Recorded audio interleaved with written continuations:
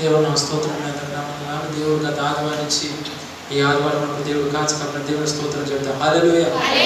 ఏదైనా వాక్య భాగం చూసినట్లయితే ప్రతి ఒక్కరితో దేవుడు మొట్టమొదటిగా చెప్పే మాట ఏమనగా, ప్రతి ఆదివారం వస్తున్నారు, దేవుని యొక్క మాటలు వింటున్నారు, సంతోషంగా వెళ్తున్నారు.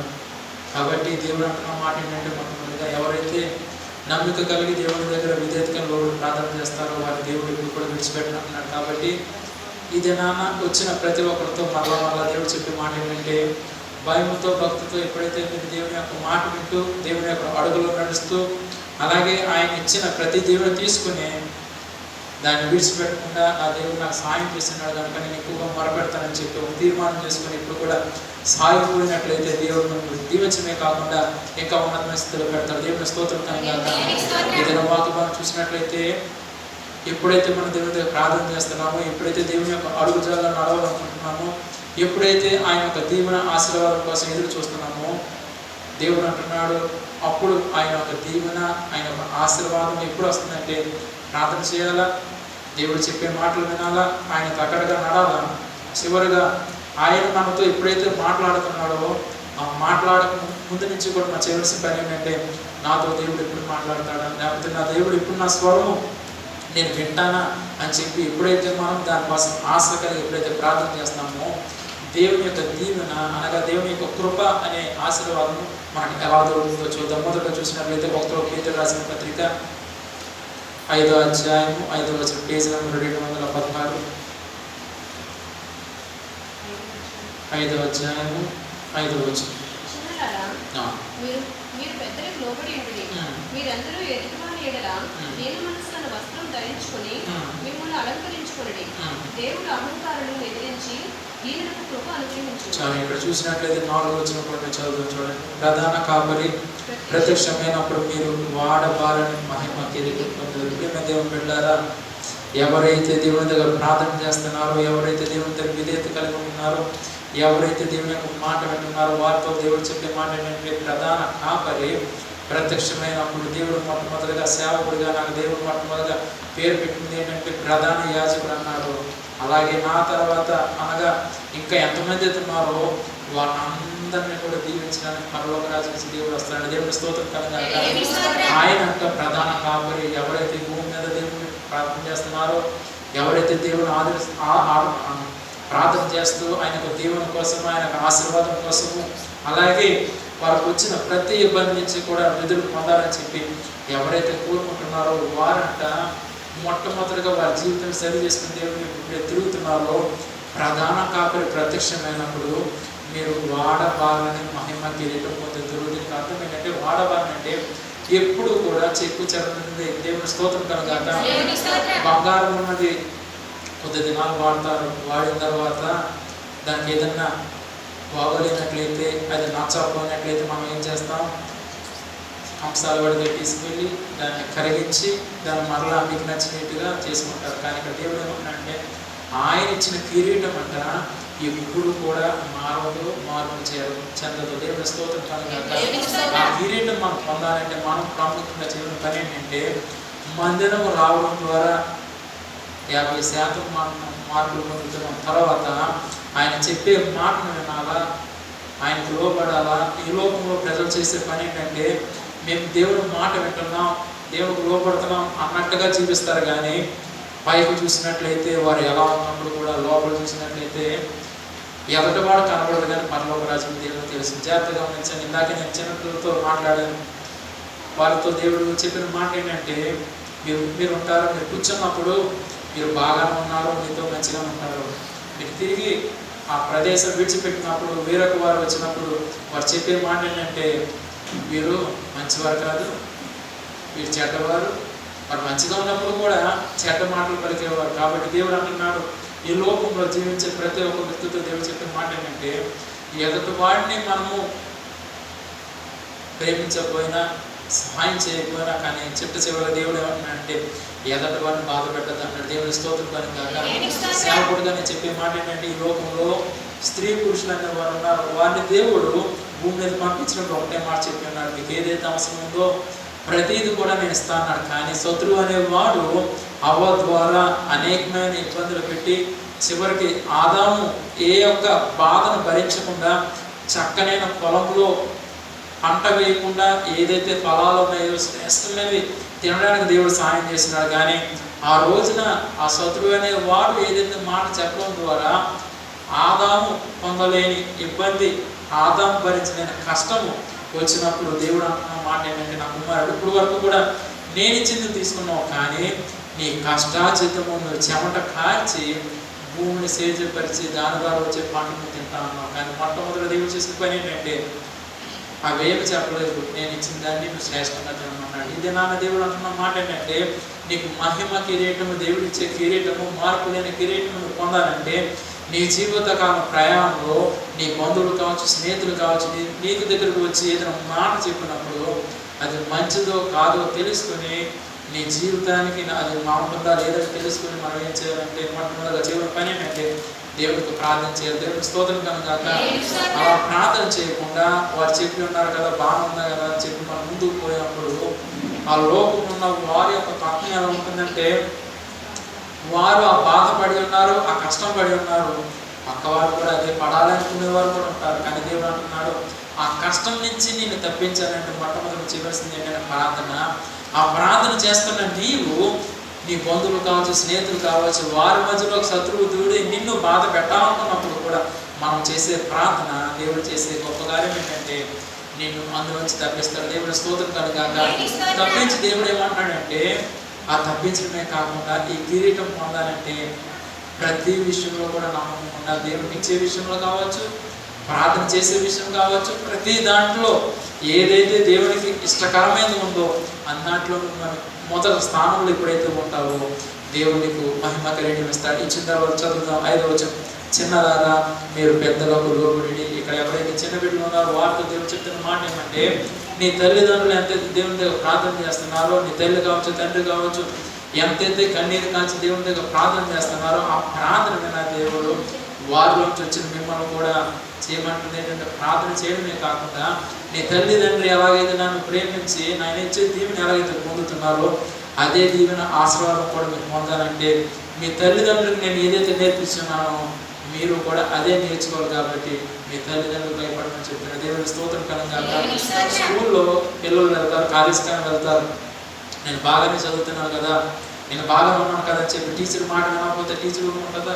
1 రోజు 2 రోజులు ఊరుకుంటుంది. 3వ రోజున వాడు క్లాస్కి వచ్చినప్పుడు తిన్నాక ప్రిన్సిపాల్ రూమ్ తీసుకెళ్ళి, వీడు బాగానే చదువుతున్నాడు కానీ నా మాట వినట్లేదని నేను చెప్తారా చెప్పరా?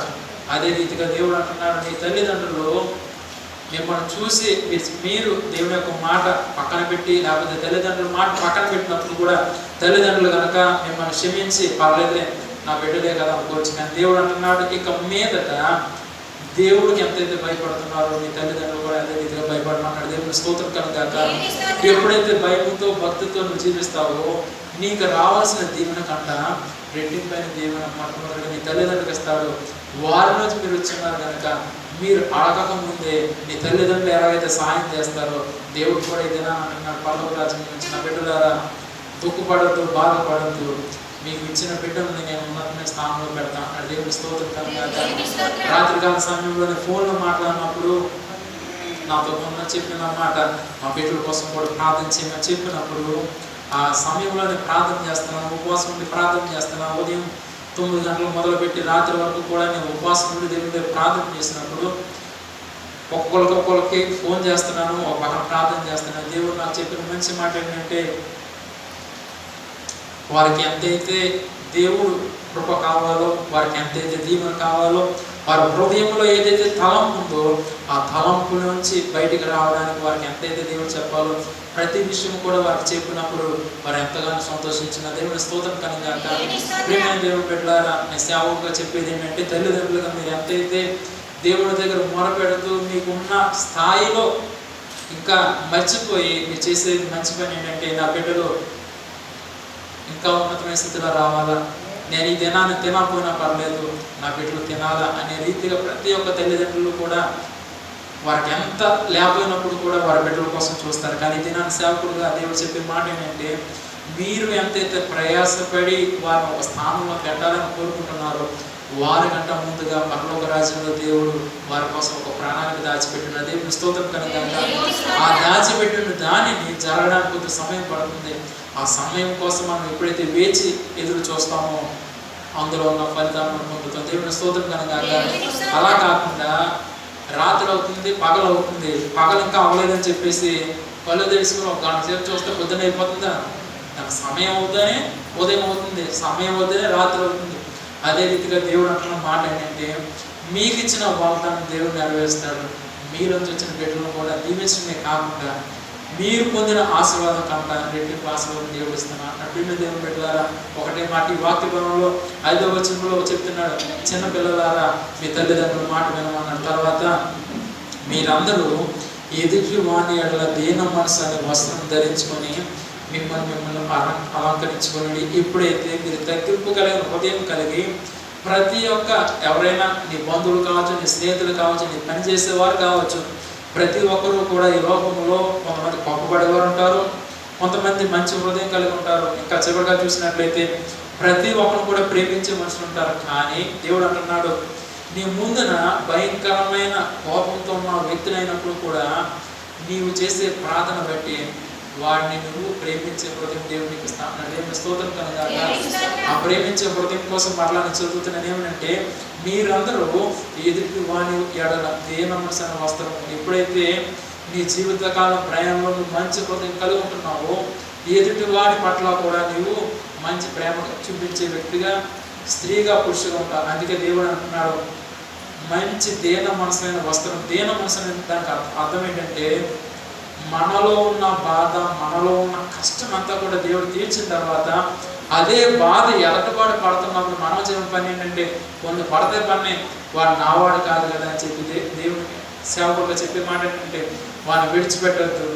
నీకు ఎంతైతే స్తోమత ఉందో సహాయం చేయమంటలేదు, కానీ నీకు ఎంతైతే సమయం ఉందో ఆ సమయంలో నీ కోసం ఎంతైతే ప్రార్థన చేసుకుని నీ జీవితకాలం అంతా కూడా సంపూర్ణమైన ఆనందం పొందడానికి దేవుడు ఎలా సహాయం చేస్తున్నాడు.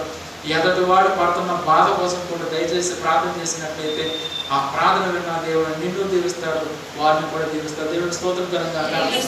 నేను చిన్నతనంలో అనుకునేవాడిని ఏంటంటే, దేవుడు రాకడ ఎప్పుడు వస్తుందా, ఎప్పుడు దేవుడు రాజ్యం చేరిపోతాం అనుకున్నాను. కానీ నేను ఇంత వయసు వచ్చింది, నేను ఇప్పుడు నాకు ఊహ తెలిసినప్పుడు, ఊహ అన్నీ కూడా విషయాలు తెలుసుకున్నప్పుడు నేను ఒకటే తీర్మానం చేసుకున్నాను. దేవుడు చెప్పిన మాటను బట్టి నేనేమనుకున్నానంటే ఎప్పుడు రాకడ వస్తుందని. కానీ ఈ పరిస్థితి చూసినట్లయితే అనేక మంది సేవకులు వాక్యం చెప్తున్నారు, వాక్యం చెప్పి వారు దేవుని రాజ్యం చేరుతున్నారు, కానీ మనుషులు పుడుతున్నారు, కానీ పుట్టినవాడు చివరికి చనిపోవడం సహజం. కానీ ఎన్ని వాక్యాలు విన్నప్పుడు కూడా ఇంకా కూడా నేను ఇప్పుడు బోధించడానికి నేను సిద్ధంగా నేను వాక్యం బోధించినప్పుడు కూడా ఈ లోకంలో ప్రజల పరిస్థితి ఎలా ఉందంటే, మీరు చెప్పుకోండి నేను వింటాను, ఒక చోట వింటాను, ఒక చోట విడిచిపెడతాను అని రీతిగా ఉన్నారు. కానీ ఎవరూ కూడా దేవుడికి భయపడతలేదు. కానీ ప్రియమైన దేవుడు బిడ్డలారా, ఎవరో భయపడతలేదు అని చెప్పి మనం అలా ఉండద్దు. భయంతో భక్తులతో ఎప్పుడైతే మనం ప్రార్థన చేస్తున్నామో ఒకటే తీర్మానం, నా దేవుడు నన్ను భూమి మీద పుట్టించున్నాడు కనుక నా పట్ల ఏదో ఒక ప్రణాళిక దాచిపెట్టినాడు కనుక ఆ ప్రణాళిక ఏదో నాకు తెలియదు, అయినప్పుడు కూడా దానికోసం నేను ఎదురు చూస్తున్నాను, తొందరలో నేను అది పొందుతానని చెప్పి ప్రతి ఒక్క బిడ్డ ఒక తీర్మానం చేసుకుని దేవుని దగ్గర ప్రార్థన చేసినట్లయితే ఆ పొందిన ఆశీర్వాదం చూసినప్పుడు నువ్వు అనుకునే మాట ఏంటంటే, నా దేవుని దగ్గర నేను ప్రమాణం చేస్తున్నాను, ఏదైతే దేవుడు ఇస్తానన్నాడో అది ఈ దినాన్ని చూస్తున్నాడు, నాకు సహాయం చేస్తున్నాడని చెప్పి ఎవరు చెప్తారంటే, మంచి మనసు కలిగి మంచి హృదయం కలిగి ఇప్పుడు కూడా ప్రార్థన చేసేవారు. దేవుని స్తోత్రం కనుక. అలా కాకుండా కష్టం వచ్చినప్పుడు ప్రార్థన చేసి, లేకపోతే సేవకుడు వచ్చినప్పుడు ప్రార్థన చేయకపోతే బాగోదు కదని చెప్పి కొద్ది నిమిషాలు ప్రార్థన చేయాలని చెప్పి ప్రార్థన చేసినట్లయితే ఇంకా జాగ్రత్తగా గమనించండి. ఆదివారం వస్తారు దేవుని యొక్క మందిరానికి, మరలా సోమవారం మొదలుకొని శనివారం వరకు అందరి కోసం కూడా దేవుడు చెప్పే మాట ఏంటంటే, స్కూల్ పుస్తకాలైనా జాగ్రత్తగా ఉంటాయంట, కానీ బైబిల్ తీసుకెళ్ళి ఎక్కడో పెడతారు. మరలా ఆదివారం వచ్చినప్పుడు దాన్ని దులుపుకుని దేవుడు మందిరాన్ని తీసుకొస్తారు. ప్రియమైన దేవుడు బిడ్డలారా, సేవకుడిగా చెప్పే మాట ఏంటంటే, నీకు చదువు రాదేమో, చదవకపోయినా పర్లేదు, కానీ నీ గ్రంథాన్ని, నీ వస్త్రాన్ని, నీ శరీరాన్ని ఎంతైతే కాపాడుకుంటున్నావో దేవుని యొక్క గ్రంథాన్ని కూడా నువ్వు అటు రీతికి కాపాడినట్లయితే నీకు తెలియని రీతిగా గొప్ప దీవులు పొందుతావు. దేవుని స్తోత్రం కలగాక. ఆ దీవున ఆశీర్వాదం చెప్పి రాదు, కానీ నీకు తెలియని రీతిగా వస్తుంది. వచ్చినప్పుడు నువ్వు చేసే మంచి పని ఏంటంటే, నా దేవుడు, నేను కొద్దిగా అడిగాను కానీ నా దేవుడు అనేక మంది దీవుని ఇచ్చున్నాడని చెప్పి సాక్షి చెప్పే కుమార్తెగా పెడతాడు. అది ఎప్పుడంటే, నీవు ఎప్పుడైతే దీర్ఘ మనసు కలిగిన మంచి మనసు కలిగి ఆ దీన మనసు కలిగిన వస్త్రాన్ని ఎప్పుడైతే నువ్వు ధరిస్తున్నావో, ఎదటి వాడు ఎంత కోపం ఉన్నప్పుడు కూడా వాడి పట్ల నువ్వు మంచి ప్రేమ చూపించే కుమారుడు దేవుని స్తోత్రం కనుక. తర్వాత అంటున్నాడు దేవుడు అహంకారం ఎదిరించి దీనులకు కృప అనుగ్రహించను. ఎవరైతే దేవుని యొక్క మాట వింటలేదో వారిని దేవుని పక్కన పెట్టి మంచి హృదయం కలిగి ఎవరైతే ప్రార్థన చేస్తున్నారో వారి దేవుని పొందుతారని దేవుని స్తోత్రం కనుక. ఇది నా దేవుని యొక్క మందిరానికి వచ్చినారు. ఒక్కొక్కరితో ఒక్కొక్క పరిస్థితి, ఒకరికి అనారోగ్య సమస్య కావచ్చు, ఒకరికి అప్పు సమస్య కావచ్చు, ఒకరికి ధర్మం కావచ్చు, ఒక గృహం కావచ్చు, ఏదైనా సమస్య అయినప్పుడు కూడా దేవుడు అంటున్నాడు, ప్రేమ దేవుని పెట్టాలి, దిగులు పడద్దు, భయపడద్దు, కొద్ది దినాల్లో దేవుడు మీ పట్ల గొప్ప కార్యం చేయబోతున్నాడు. దేవుని స్తోత్రం కనుక. ఆ కార్యం చేయబోతున్నాడని చెప్పి నోటంట దేవుడు ఏదైతే మాట పలుకుతున్నాడో అది శ్రేష్టమైన మాట కనుక ఆ మాట మనమైనా మర్చిపోవచ్చేమో కానీ దేవుడు మర్చిపోడు. దేవుని స్తోత్రం కనుక.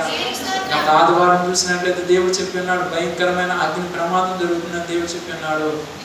మరలా అది రెండో దినాన అనగా సోమవారమే నేను వార్తలు చూసిన, BBC వార్తల్లో చూసిన సెలవులు ఇంచుమించు 16 మంది ఇల్లులు కాలిపోయి ఉంట, అందులో అనేక మంది చనిపోయి ఉన్నారు.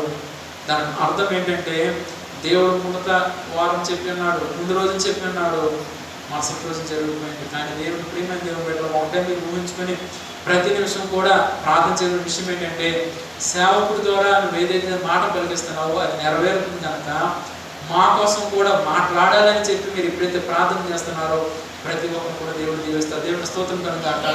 ఇక నాకు దేవుని యొక్క మందిరానికి వచ్చిన వారితో దేవుడు చెప్తున్న మాట ఏంటంటే చిన్న బిడ్డ కావచ్చు, పెద్దవారు కావచ్చు, ముసలివారు కావచ్చు, ఎవరికైనా అనారోగ్యం ఉంది దేవుని మందిరానికి వచ్చిన వారితో దేవుడు చెప్తున్న మాట, దిగులు పడద్దు, భయపడద్దు. నువ్వు ఎంతైతే నీ బిడ్డల కోసం మందులు వాడుతున్నావో ప్రతి దాంట్లోంచి కూడా ఖర్చు లేకుండా దేవుడు స్వస్థపరుస్తాను. దేవుని స్తోత్రం కనుక. ఇది నా సేవకుడిగా నేను మరలా చెప్పే విషయం ఏంటంటే ఈ వారంలో నేను విన్నాను, అక్క మాట్లాడింది, నేను కొంతమందితో నేను మాట్లాడాను, కొంతమందితో అక్క మాట్లాడింది. కరుణా గారి కోసం దేవుడు చెప్పినాడు ఏంటంటే వారి మనవరాలకు బాగాలేదని చెప్పినారు. ఇది నాన్న సేవకుడిగా నేను చెప్పేది ఏంటంటే తన కుమార్తె ఎవరైతే ఉన్నారో జ్యోతి దేవుని మందిరానికి వచ్చింది. దేవుడు అంటున్న మాట ఏంటంటే దేవుడు ముందుగానే చెప్పినాడు, నీ భర్తను మారుస్తాను, నీ జీవితాన్ని మారుస్తానని దేవుడు చెప్పినాడు. ఆ చెప్పిన దినాలలో 2 వారాలు దేవుని యొక్క మందిరానికి వచ్చింది. మరలా దేవుని యొక్క మందిరాన్ని మర్చిపోయింది. ఈ దినం దేవుని యొక్క మందిరానికి వచ్చింది. వచ్చినందుకు దేవుడు పొందన్నారు. కానీ దేవుడు చెప్తున్న మాట ఏంటంటే కష్టం వచ్చినప్పుడు దేవుని యొక్క మందిరానికి రావడం కాదు, నీవు చేసిన తప్పు ద్వారా ఆ బాధ కష్టం నీ కుమార్తె మీదకి వస్తుందని జాగ్రత్తగా జ్ఞాపకం చేసుకుని చెప్తున్నాడు. ఫిట్స్ అనేది చిన్నది కాదు. దేవుడు సేవకుడిగానే చెప్తున్నాడు ఏంటంటే ఫిట్స్ అనేది ఎప్పుడు వస్తుందంటే బుర్రలో ఏదైనా నరం దగ్గర బ్లడ్ క్లాట్ అయిపోయినట్లయితే ఫిట్స్ వస్తుంది. పాప చిన్నదిగా ఉన్నది. దయచేసి నేను సేవకుడిగా చెప్పేది ఏంటంటే మీరు చేసిన తప్పుల ద్వారా పిల్లల మీదకి ఆ భారము ఆ ఇబ్బంది కోరి తెచ్చుకోకుండా నీకున్న సమయంలో ప్రార్థన చేయాలా. నీ అత్తమామలు దేవుని వైపు తిరగకపోయినా పర్లేదు, నీ తల్లి, నీ తండ్రి, నీ తమ్ముడు ఎంతైతే దేవుని దగ్గర ప్రార్థన చేస్తున్నారో ఆ ప్రార్థన విన్న దేవుడు నీ కుమార్తెను ముట్టినాడు. దేవుని స్తోత్రం కనుక. నాకు తెలియదు ఆ బిడ్డ పరిస్థితి ఏమైందో, కానీ దేవుడు అంటున్నాడు ఈ వారంలో ఆ కుమార్తె కోసం దేవుడు చెప్తున్నాడు మాట ఏంటంటే సేవకుడుగా నేను ఆ మాట పలకకూడదు కానీ దేవుడు చెప్తున్నాడు ఈ వారంలో ఆ అమ్మాయికి సమయం అయిపోయింది కానీ దేవుడు మనకి స్వస్థపరుచున్నాడు. దేవుని స్తోత్రం కనుక. దేవుడు సేవకుడిగా చెప్పే మాట ఏంటంటే ఇప్పుడు కూడా నేను మంచిగా పలుకుతాను, చెడు పలకను, కానీ సేవకుడితో దేవుడు చెప్తున్న మాట ఏంటంటే నీ కుమార్తెకి సమయం అయిపోయింది. ఎందుకు చేతనంటే అది చిన్న బిడ్డ అయినప్పుడు కూడా తనలో ఉన్న అనారోగ్యం బట్టి ఆ ఫిట్స్ వచ్చేటప్పుడు కొంతమంది తట్టుకుంటారు, కొంతమంది తట్టుకోలేరు. కానీ దేవుడు ఇచ్చిన కృప ద్వారా మరలా నీ కుమార్తెని దేవుని యొక్క మందిరానికి రావడానికి సహాయం చేసిన దేవుడు చెప్తాడు. దేవుని స్తోత్రం కనుక. మరలా దేవుడు చెప్పే మాట ఏంటంటే ఒక దినాన దేవుడు అంటున్నాడు ఏమనంటే ఎవరైతే నా దగ్గర నమ్మకగల ప్రార్థన చేస్తారో, ఎవరైతే నా దగ్గర లోపడతారో వారిని విడిచిపెట్టనని దేవుడు చెప్తున్నాడు. నీ భర్తని దేవుడు ఎలాగైతే విడిచిపెట్టను అన్నాడు, నీ కుమార్తెను కూడా విడిచిపెట్టను అన్నాడు. ప్రేమ దేవుడు బిడ్డలారా మరలా చెప్పే మాట ఏంటంటే ఎవరైతే దేవుని దగ్గర నమ్మకంగా ప్రార్థన చేస్తున్నారో వారిని బహుగా దీవిస్తారు. దేవుని స్తోత్రం కనుక. ఆ చిన్న బిడ్డ పరిస్థితి నాకు తెలియదు, అక్కతోనే మాట్లాడారు వాళ్ళ అమ్మగారు, అలాగే వాళ్ళ అమ్మమ్మ. కానీ దేవుడు ఇదేనా చెప్తున్న మాట ఏంటంటే ఇప్పటికైనా నీ హృదయం మార్చుకొని నీ అత్తమామలు ఏమనుకుంటారని చెప్పి నువ్వు దేవుని మందికి రావడానికి సిద్ధం పడకుండా నువ్వు చేసుకున్నట్లయితే చేతులారా నీ బిడ్డ యొక్క భవిష్యత్తుని నీ చేతిలోనే నీ బిడ్డ ప్రాణం పోతుందని మరలా చెప్తుంది. ఎందుకోసం దేవుడు చెప్తున్నాడు ఈ వారంలోనే నీ బిడ్డ ప్రాణం పోవాలా, కానీ సేవకుడు చేసిన ప్రార్థన పరలోక రాజ్యంలో దేవుడు ఆ ప్రార్థన దేవుని స్తోత్రం కనుక ఈ దినాన్ని దేవుడు చెప్తున్న మాట ఏంటంటే ఆ కుమార్తె ఆ దినాన చనిపోయినట్లయితే ఈ దినాన వారి కుటుంబంలో ఉన్నవారు ఎంతగానో కన్నీరు కాల్చుతూ అయ్యో నాకు ఇచ్చిన చక్కని బిడ్డ కోల్పోయిందని చెప్పి ఆ కుమార్తె ఎంతగానో ఏడుస్తుంది. ఆ పాప కూడా చిన్నదే, కానీ దేవుడు అంటున్న మాట ఏంటంటే అమ్మ నీవు చేసిన తప్పుల ద్వారా నీ బిడ్డలకు ఆ బాధ కోరి తెచ్చుకోవద్దు. మరలా దేవుడు చెప్తున్న మాట ఏంటంటే ఈ దినాన్ని కుమార్తె ఎంతైతే ఆయుష్ ఇచ్చున్నాడో ఇంకా గొప్ప ఆయుష్ ఇవ్వడానికి సిద్ధంగా ఉన్నాడు. దేవుడు మరలా చెప్తున్న మాట ఏంటంటే ప్రాణం పోకుండా నేను చూస్తాను, కానీ నా కుమార్తె నా దగ్గర రాకున్నట్లయితే మరలా అదే ఇబ్బంది కోరి తెచ్చుకుంటానని దేవుడు చెప్తున్నాడు. సేవకుడిగా ఎందుకు ఈ మాట అంటున్నానంటే శరీరంలో బలహీనత ఉంది, బలహీనత దేవుడు తగ్గించిన సిద్ధంగా ఉన్నాడు. కానీ ఆ బలహీనత తగ్గించిన తర్వాత బాగానే ఉంది కదని చెప్పి మీకు నచ్చిన రీతిగా మీరు జీవించినప్పుడు దేవుడు చేసే పని దేవుడు చేస్తాడు. ఆ దినాన ఎవరు కూడా వచ్చి మీకోసం బాధపడదామన్నా ఎవరైనా మీకోసం ప్రార్థన చేద్దామన్నప్పుడు కూడా దేవుడు చెప్పిన మాట ఏంటంటే ఒక దినాన్ని ప్రార్థన విన్నాను, ఈ దినాన్ని ప్రార్థన విన్నాను అన్నట్లయితే ఆ దినాన్ని ఎవరు వచ్చి ప్రార్థన చేసినా పరిష్కారం దొరకదు.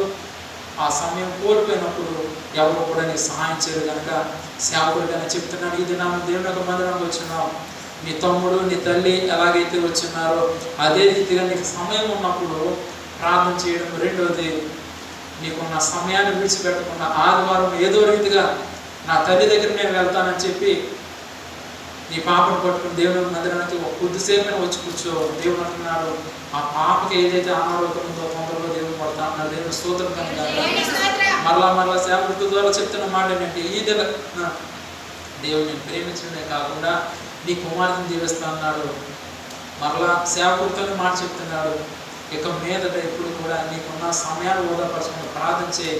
మూడోదిగా దేవుడు అంటున్నాడు ప్రతి ఆదివారం కూడా నీ మందిరానికి వచ్చి కొద్దిసేపు అయినా కూర్చొని నీ తల్లితో పాటు నువ్వు దేవుని యొక్క వాక్యం విన్నట్లయితే నిన్ను ప్రేమించిన దేవుడు నీ కుటుంబాన్ని బాగా దీవిస్తా. దేవుని స్తోత్రం కనుక అందుకే దేవుడు అంటున్న మరలా చెప్తున్న మాట ఏంటంటే ఆదివారం దేవుడు చెప్పినాడు, సోమవారం కల్లా జరుగుతుంది. మరలా అనేక విషయాలు దేవుడు చెప్పడానికి సిద్ధంగా ఉన్నాడు. ఆ చెప్పే ముందుగా దేవుడు మరలా మీతో జ్ఞాపకం చేసే విషయం ఏంటంటే ఈ లోకంలో ఎంతోమంది సేవకులు ఉన్నారు. ఆ సేవకులు చేసే పని ఏంటంటే ఉదయం వాక్యం చెప్తారు, మధ్యాహ్నం వాక్యం చెప్తారు, సాయంత్రం వాక్యం చెప్తారు. ఎంతమంది అయితే వచ్చి ఉన్నారో వారందరి కోసం ప్రార్థన చేయొచ్చు, కానీ రాత్రికాల సమయంలో దేవుని యొక్క రాకడ వచ్చినప్పుడు ఎంతమంది దేవుని యొక్క రాజ్యంలో చేరతారో ఆ సేవకుని అడిగితే ఎవరైనా చెప్తారా? ఎందుకు చెప్పారంటే వారు ఇచ్చే కానుకలు, వారు ఇచ్చే దశమ భాగాలు కావచ్చు, వారు వచ్చే మనుషులు చూసుకొని మా దగ్గరికి ఎంతమంది వస్తున్నారని చెప్పుకునే లాగా ఉన్నారా. కానీ ప్రతి ఒక్కరి కోసము కూడా ప్రార్థన చేయడమే కాదు, వారు ఈ దినాన నా మందిరంలో ఎంతమంది అయితే ఉన్నారో వారందరూ కూడా నా రాజ్యంలో అనగా నా తండ్రి రాజ్యంలో ఉండాలని ఎవరైతే సేవకుడు ప్రార్థన చేస్తారో వారిని దేవుడు గొప్పగా దీవిస్తారు. దేవుని స్తోత్రం కనుక అలా కాకుండా ఏదో ఆదివారం వస్తుంది ఇంకా కొన్ని సంఘాలు చూసినట్లయితే ఆదివారం వచ్చినప్పుడు స్కూల్లో ఎలాగైతే పొద్దున్నే వచ్చినప్పుడు స్కూల్ ప్రార్థన ఎలా చేస్తారు, ప్రార్థన అయిపోతే క్లాసులు జరిగితే పీరియడ్లు అవుతాయి, మధ్యాహ్నం భోజనం పేరు పడతా తినేస్తారు. మధ్యాహ్నం భోజనం అయిపోయిన తర్వాత మరలా పీరియడ్లు వస్తాయి, చక్కగా 3-4 పీరియడ్లు చక్కగా చెప్తారు, మన సాయంత్రం అయిపోతే ఇంటికి వచ్చేస్తారు. కొంతమంది ఏంటంటే బైబిల్ భక్తితో అమ్మని చదవకపోతే మార్కులు రావని భక్తితో ఉంటారు, భయంతో ఉంటారు. అలాగే చదవలేని వాడు చివరి సంవత్సరం వచ్చినప్పుడు ఎంత పొడుగు సీటు వస్తుంది, ఆ సీట్లో కోడిగుడ్లు ఎన్నైతే కావాలో అన్ని గుడ్లు ఉంటాయి. దేవుని స్తోత్రం కలిగాక అదే రీతిగా దేవుడు సేవకుడి ద్వారా చెప్పే మాట ఏంటంటే భయముతో భక్తితో ఎవరైతే దేవుడి దగ్గర ప్రార్థన చేస్తారో వారిని దేవుడు గొప్పగా దీవిస్తాడు. అలా కాకుండా ఏదో వస్తున్నాం ఏదో వెళ్ళిపోతున్నాం. ఎందుకు దేవుడు ఇది నాన్న సేవకుడి కోసం దేవుడు చెప్తున్నానంటే నేను చిన్నవాడినప్పుడు కూడా దేవుడి దగ్గర భయముతో భక్తితో ఎప్పుడైతే నేను ప్రార్థన చేస్తున్నానో ఆ ప్రార్థన విన్న దేవుడు మీరు ఏ సమస్య చెప్పినప్పుడు కూడా వెంటనే దేవుడి దగ్గర జవాబు వస్తుంది. దేవుడి స్తోత్రం. కానీ ఈ లోకంలో సేవకులు అనేక మంది ఉన్నారు, కానీ వాళ్ళతో దేవుడు ఈ దినాన సూటిగా చెప్తున్న మాట ఏంటంటే ఎంతైతే ప్రార్థన లేకుండా ఏదో ఆదివారం జరుగుతుంది వాక్యము, నేను ఆదివారం స్తుతి ఆరాధన చేస్తున్నాను, అనేక మంది వస్తున్నారు, నా వాక్యం వినేసి వెళ్ళిపోతున్నట్టుగా ఉన్నట్లయితే దేవుడు అంటున్నాడు కొద్ది దినాల్లో దేవుడు చెప్పే మాట ఏంటంటే ఎవరైతే సేవకులు ఉన్నారో వారిని దేవుడు అడుగుతాడంట, నువ్వు ఎంతమంది నువ్వు నా రాజ్యంలో చేర్చడానికి నువ్వు ఎంతమంది నువ్వు సిద్ధపాటు చేస్తున్నావు అని చెప్పి సేవకులను అడుగుతాడంట. ఆ దినాన ఎవరైతే భయముతో భక్తితో దేవుని యొక్క మాట విని దేవునికి లోబడి ప్రతి ఒక్కరిని కూడా గద్దించి వారిలో ఉన్న ప్రతి ఒక్క తప్పును సరిచేసి ఎవరైతే సిద్ధం కలిగి వారి ఉన్న సంఘంలో ఉన్న ప్రతి ఒక్కరిని కూడా సేవకుడితో పాటు మిగతా వారందరినీ కూడా దేవుని యొక్క రాజ్యం చేర్పించాలని తీర్మానం కలిగి ఎవరైతే ఉంటారో వారిని దేవుడు గొప్ప చేస్తారు. దేవుని స్తోత్రం కలగాలి. దేవుడు చెప్తున్న మాట ఏంటంటే కొద్దిమందిగా ఉన్నారు, కానీ దేవుడు అంటున్నాడు, నా బిడ్డలారా మీరు వింటున్న వాక్యము శ్రేష్టమైన వాక్యము, ఈ లోకంలో ఆ వాక్యం వినలేని వారి అనేక మంది ఉన్నారు. కానీ ఈ కొద్ది సమయంలో మీరు కూర్చుని దేవుని యొక్క మాట వినడం ద్వారా దేవుడు అంటున్నాడు, ఎంతో మంది పొందలేని దేవుని ఆశీర్వాదం పొందుతున్నారు. దేవుని స్తోత్రం కలగాలి. ఇది నా దేవుని యొక్క మందిరంలోకి వచ్చిన వారు దుఃఖపడేవారు ఉంటారు, లేకపోతే దేవుడు చేసిన కార్యం బట్టి ఆనందపడి ఉంటారు. రెండు వ్యక్తుల కోసం దేవుడు చెప్తున్నాడు, ఆనందం పొందుతున్న బిడ్డలారా మీరు ఇంకా ఆనందం పొందడానికి దేవుడు సాయం చేస్తున్నారు. ఎవరైతే దుఃఖంతో బాధతో దేవుడి మందిరంకి వచ్చినారో వారితో దేవుడు చెప్తున్నాడు, దిగులు పడద్దు, భయపడద్దు.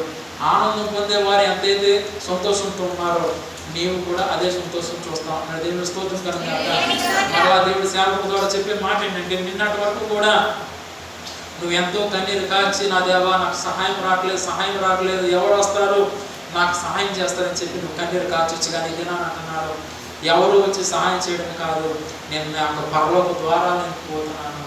ఆ పరలోక ద్వారం ఇవ్వబడినప్పుడు ఎవరు ఎంత ఇచ్చినప్పుడు కూడా అది కొద్దిగా, కానీ నేను ఇస్తున్నాను నీ జీవితకాలం అంత సరిపడంత దేవుని ఆశీర్వాదము నీకు ఎంతైతే ధన సాయం కాదో అదంతా కూడా పొందబోతుందని దేవుడు చెప్తున్నాడు. దేవుని స్తోత్రం కనుక ఈ దినాన్ని మళ్ళా దేవుడు చెప్పే మాట ఏంటంటే, ఎవరైతే ఈ దినాన్ని మందిరానికి వచ్చినారో వచ్చిన వారితో దేవుడు సూటిగా చెప్తున్నాడు, దిగులు పడద్దు, భయపడద్దు. మొట్టమొదటిగా సేవకుడిగా నేను చెప్పే మాట ఏంటంటే, బైబిల్ గ్రంథంలో మోషే భక్తుల కోసం నేను ఎంతగానో మోషే కోసం ఇష్టపడతాను. ఆ మోషే గారు చేసిన పని ఏంటంటే, ఎవరైతే దేవుని యొక్క బిడ్డలు ఉన్నారో వారు దేవుని యొక్క మాట వినకపోవడం ద్వారా మోషే దగ్గరికి దేవుడు వచ్చి ఉన్నాడు, వీరందరినీ కూడా నేను చంపేస్తాను, కొత్త వారిని పుట్టేస్తాను, వారందరూ కూడా నా మాట వింటారని చెప్పి దేవుడు చెప్పినాడు.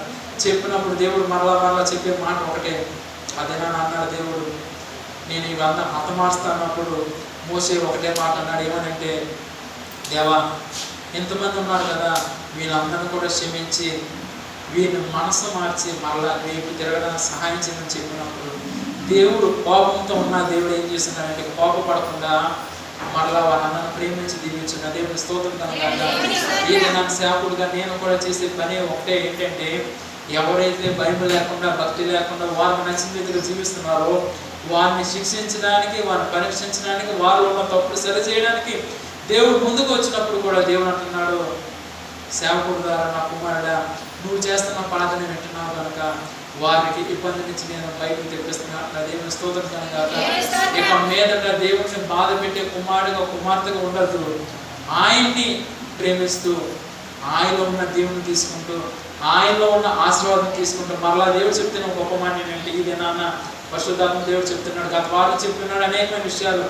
ఈ దినాన్ని దేవుడు చెప్పే మాట ఏంటంటే, మీ జీవితకాలం ప్రయాణంలో మీకు ఎంతైతే దేవుని కావాలో, ఎంతైతే ఆశీర్వాదం కావాలో మీరు పొద్దుగా అడుగుతున్నారు, కానీ దేవుడు మిమ్మల్ని వేయంతలుగా దీవించబోతున్నారు. దేవుడికి స్తోత్రం కనుక మొదటి కుర్చీ మొదలు చివరి కుర్చీ వరకు కూడా దేవుడు చెప్పే ఒకటే మాట, నా బిడ్డలారా దిగులు పడద్దు, భయపడద్దు. కొద్ది దినాల్లో మీరు అందరూ కూడా నాతో పాటు ఉండబోతున్నారు. ఆ దినాన నేను ఇచ్చే దీవెన, నేను ఇచ్చే ఆశీర్వాదము ఎంతో గొప్పది అయినప్పుడు కూడా నేను రాకముందుగా సేవకుడు ఏదైతే మాట పలుకుతున్నాడో దాన్ని విని గ్రహించి దానికి లోబడి నువ్వు ఎప్పుడైతే నా మాటను నువ్వు స్వీకరించి ముందుకు సాగిపోతావో ఆ సాగిపోవడం ద్వారా నేను నిన్ను విడిచిపెట్టను, నిన్ను ఒక ఉన్నతమైన స్థితిలో పెడతాను, నీ ద్వారా అనేక మంది దేవుని వైపు తిరగడానికి సహాయం చేస్తాను. దేవుడి స్తోత్రం కనుక ఈ వాక్యం ముందు దేవుడు చెప్పే ఒకటే మాట ఏంటంటే, దిగులు పడద్దు, భయపడద్దు. ఒక దినం రాబోతుంది, ఆ దినంలో దేవుడు అంటున్నాడు, నా కుమార్తె నా దగ్గర ప్రార్థన చేస్తున్నావు కనుక నేను విడిచిపెట్టను, నేను నీకు సహాయం చేస్తాను అంటున్నాడు. చివరిగా దేవుడు ఒకటే మాట్లాడుతున్నాడు. మరలా దేవుడు చెప్తున్న మాట ఏంటంటే, ఈ లోకంలో అనేక మంది మనుషులు ఉన్నారు, ప్రపంచమంతా కూడా మనుషులు ఉన్నారు, కానీ పరలోక రాజ్యంలో దేవుడు చెప్తున్న మాట ఏంటంటే, కొద్ది దినాలంట దేవుడి యొక్క రాకడ సూచనలు జరగబోతున్నాయి. ఆ రాకడ సూచన ఏమంటే, ఇప్పుడు వరకు కూడా మీరు ఆకాశం చూస్తున్నారు, ఆకాశం తెరవడం ఇప్పుడు చూసారా, ఎవరు కూడా చూడలేదు. కానీ దేవుడు అంటున్నాడు, కొద్ది దినాల్లో ఆకాశం తెరవబడుతుందంట, ఆయన యొక్క సింహాసనాన్ని అందరూ కూడా చూడబోతుందండి. దేవుని స్తోత్రం కలుగుగాక. ఆ సింహాసనాన్ని చూసినప్పుడు అప్పుడు వరకు మారిన వారిని దేవుడు ఇంకా దీవించబోతున్నాడు. ఇంకా అప్పుడు కూడా మారకుండా ఉన్న వారిని కూడా ఆయన యొక్క సింహాసనాన్ని చూసినప్పుడు ప్రతి ఒక్క బిడ్డ ఎవరైతే మారుతారో వారిని అందరినీ కూడా దేవుడు దీవించి కొద్ది దినాలు ఆయనతో పాటు కూర్చోడానికి దేవుడు సాయం చేయబోతున్నాడు. దేవుడి స్తోత్రం కలుగుగాక.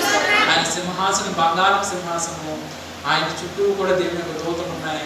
కొద్ది దినాల్లో మనం చూడబోతున్నాం. ఎవరైతే ఇదే దగ్గర లోడు ప్రార్థన చేస్తున్నారు, మరలా దేవుడు చెప్తున్నాడు, అందరికీ కళ్ళు ఉన్నాయి, కానీ ఎవరైతే పూర్ణ మనసు కలిగి ఎవరైతే దేవుడు భయపడతారో వారికే దేవుడు కనపడతాడు. దేవుని స్తోత్రం కనుక. కళ్ళు కనపడలేని కూడా కలతలు పెట్టుకుంటారు, కానీ ఎవరైతే వారి జీవితకాల ప్రయాణంలో పూర్ణ మనసు కలిగి ఎల్లప్పుడూ కూడా దేవునికి చోటిస్తున్నారు వారి హృదయంలో, వారికే దేవుడు కనపడతారని. మిగతా వారికి ఎవరికో కనపడరు. ఆ కనబడినప్పుడు కూడా మీరు చేసిన ప్రార్థన బట్టి దేవుడు అంటున్నాను, నా బిడ్డలారా మీరు నన్ను తొందరలో చూడబోతున్నారు.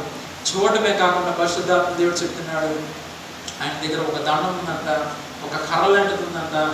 ఆ కర్ర లాంటిది దేవుడు భూమి మీద పంపిస్తా అంటున్నాడు. ఎప్పుడంటే ఎవరైతే నమ్మకంగా ప్రార్థన చేస్తున్నారో వారిని దేవుడు దీవిస్తాడు.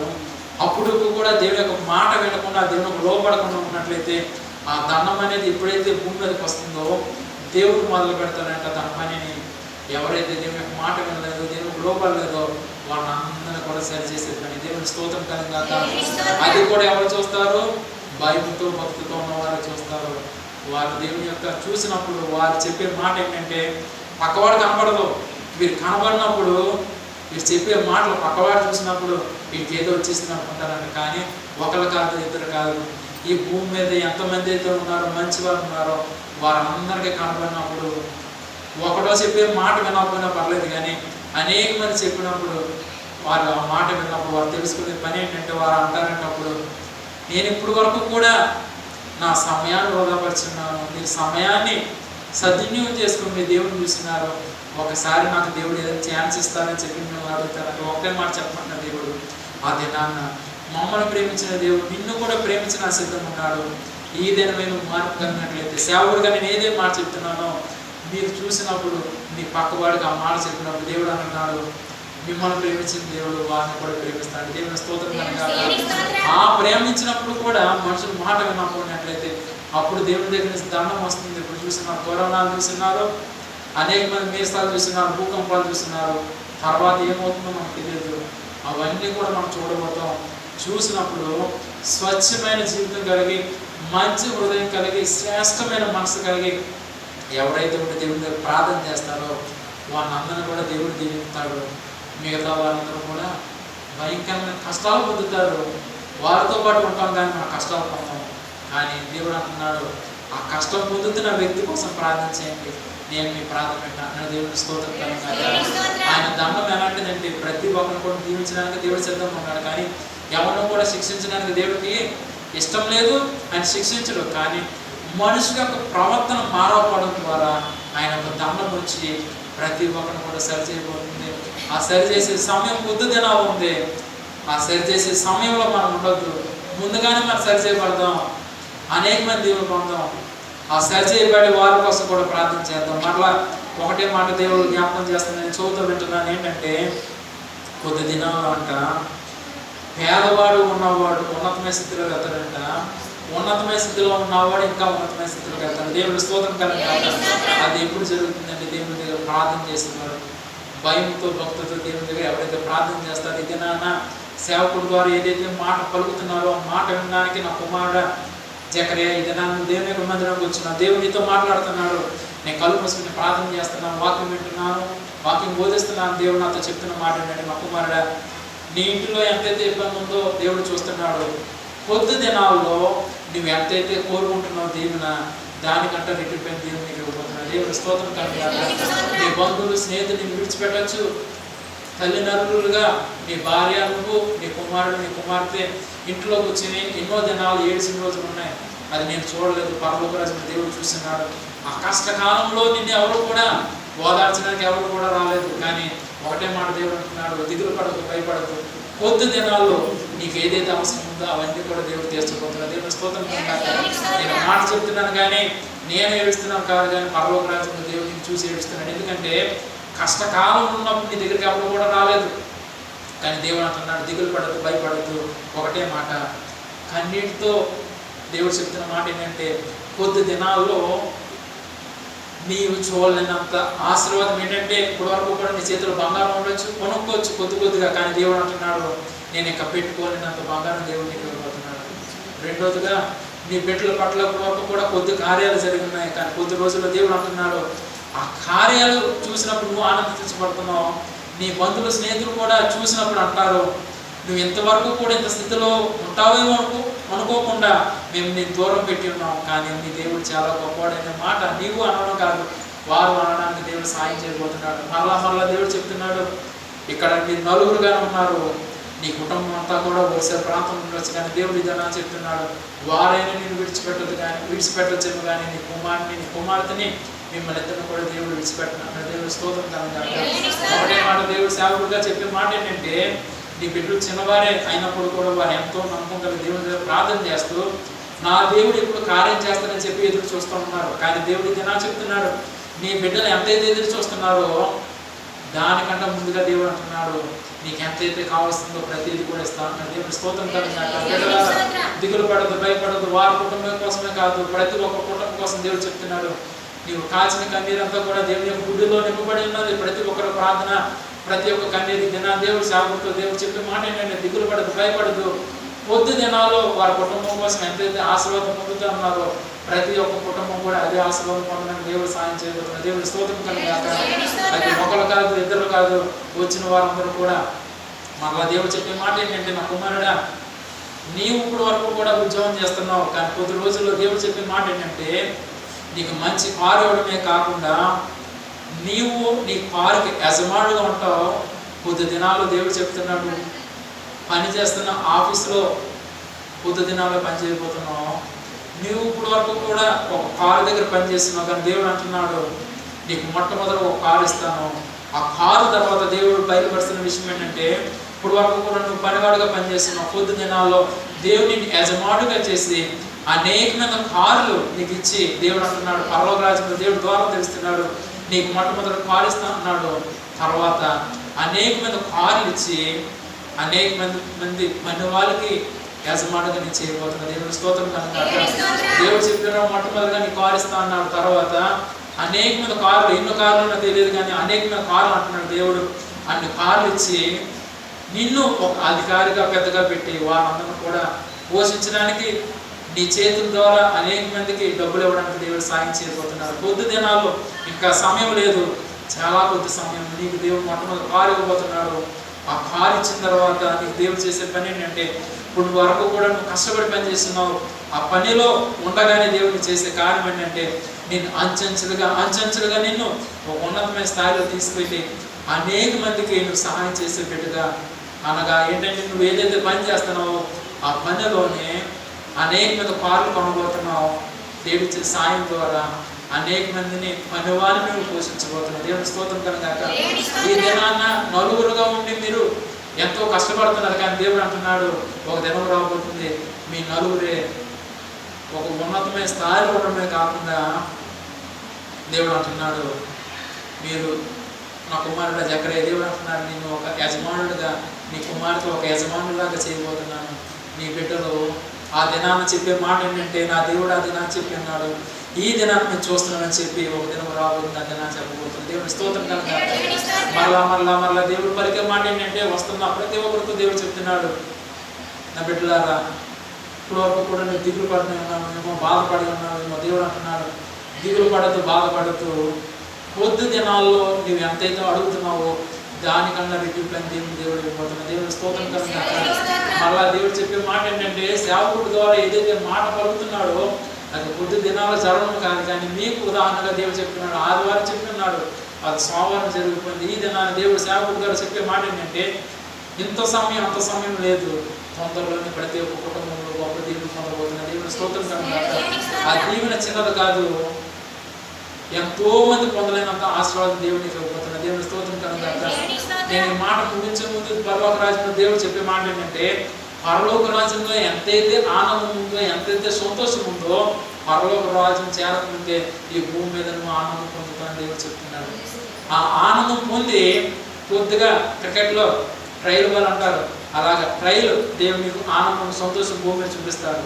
తర్వాత ఆయన రాకడ వచ్చినప్పుడు సంపూర్తిగా నువ్వు ఆ రాజ్యంలో చేరినప్పుడు పూర్తిగా చూడబోతున్నారు. ఈ వాక్యం వింటున్న ప్రతి ఒక్క బిడ్డలారా మీతో దేవుడు చెప్పిన మాట ఏంటంటే, దిగులు పడద్దు, భయపడద్దు. ఈ దినాలు దుఃఖంతో ఉన్నామేమో, బాధతో ఉన్నామేమో, కష్టంతో ఉన్నామేమో, సేవకుల ద్వారా చెప్పే ఒకటే మాట, దిగులు పడద్దు, భయపడద్దు. ఈ దినాన్ని నీ చేతిలో డబ్బులు లేకుండా దేవుని యొక్క మందిరానికి వచ్చి ఉన్నావేమో, ఈ దినాన్ని నేను మందిరంలో ఉన్నాను ఆయన, రేపు దినాన్ని నా దగ్గర డబ్బులు లేకున్నట్లయితే నేను ఇంట్లో వస్తువు కొనుక్కోలేను, తినడానికి కూడా నాకు ఆహారం లేదని చెప్పి ఎవరైతే దేవుని దగ్గర ప్రార్థన చేస్తున్నారో వారితో దేవుడు చెప్తున్న మాట ఏంటంటే, ఒకటి కాదు, రెండు కాదు, అనేకమైన దేవుడు ఇవ్వడానికి దేవుడు సిద్ధంగా ఉన్నారు. దేవుని స్తోత్రం కలుగాక. పరిశుద్ధాత్మ దేవుడు మరలా చెప్పి ఒకటే మాట, దిగులు పడద్దు, భయపడద్దు. నీ జీవితంలో ఏదైతే మేలు దాచబడిందో అది మొదల్లో దేవుడు చూడబోతున్నాడు, ఇవ్వబోతున్నాడు, మీరు చూడబోతున్నారు. దేవుడి కొద్ది మాట గురించి